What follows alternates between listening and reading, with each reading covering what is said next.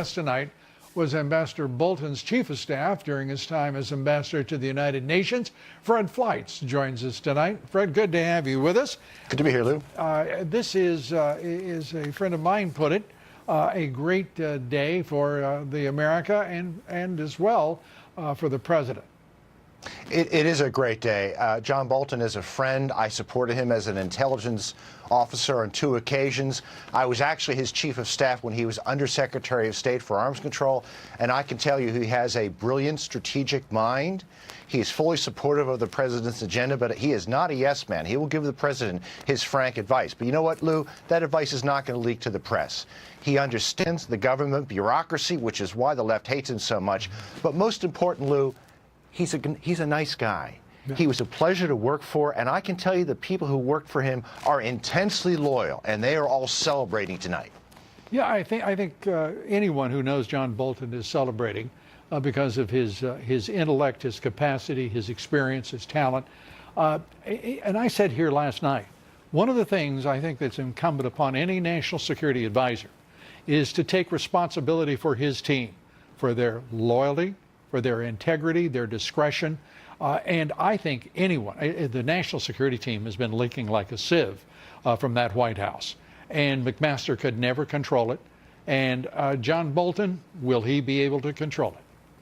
I think so. I mean, John really does understand government bureaucracy. He understands how to get the job done. And I don't want to speak for how he's going to manage the National Security Council. I haven't discussed it with him.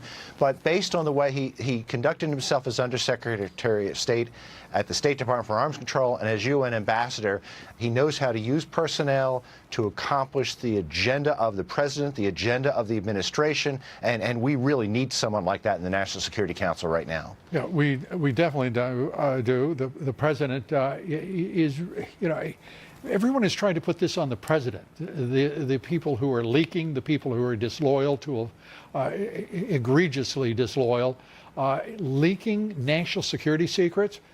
This has to stop. And I think John Brennan is an example of exactly the kind of person who, think about this. John Brennan, the former CIA director, is leaking every day still.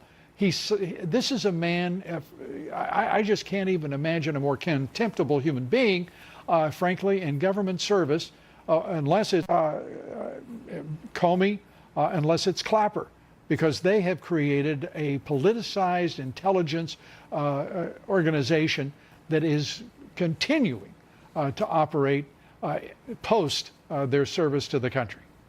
You know, and it's not just the leaks. It's these vicious attacks by John Brennan against President Trump that have been constant, Every time he opens his mouth, he confirms the worst assumptions by CIA's critics, that it is thoroughly politicized and out to undermine the president. I can tell you, most intelligence officers are not political. Many of them are heroes who risk their lives to protect our security. But John Brennan is debasing everything that they do. I want John Brennan to shut up and go away.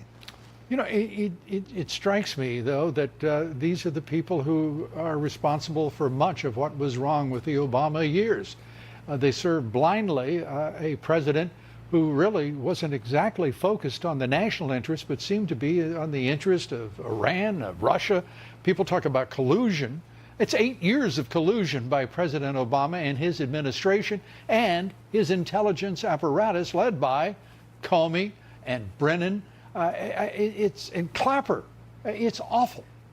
Intelligence officers were very frustrated during the Obama years, and they knew they had nowhere to go to bring whistleblowing complaints about politicization of intelligence. You've heard the reports about how reports of the threats of ISIS were watered down within the intelligence community during the Obama years. CENTCOM was involved in the whole mess. There was nowhere for these people to go, and there was other instances of politicization of CIA analysis of the Iran deal. Where was there not politicization in the Obama years? What department? What agency? What intelligence agency? Well, I'll tell you that it seemed to overwhelm the entire federal government. Behind the scenes, there were many CIA officers who basically they pushed through the best they could to get the objective analysis. The problem is people like Brennan would water it down and then not show it to senior officials. Fred, you're thrilled that Ambassador John Bolton will be the new National Security Advisor.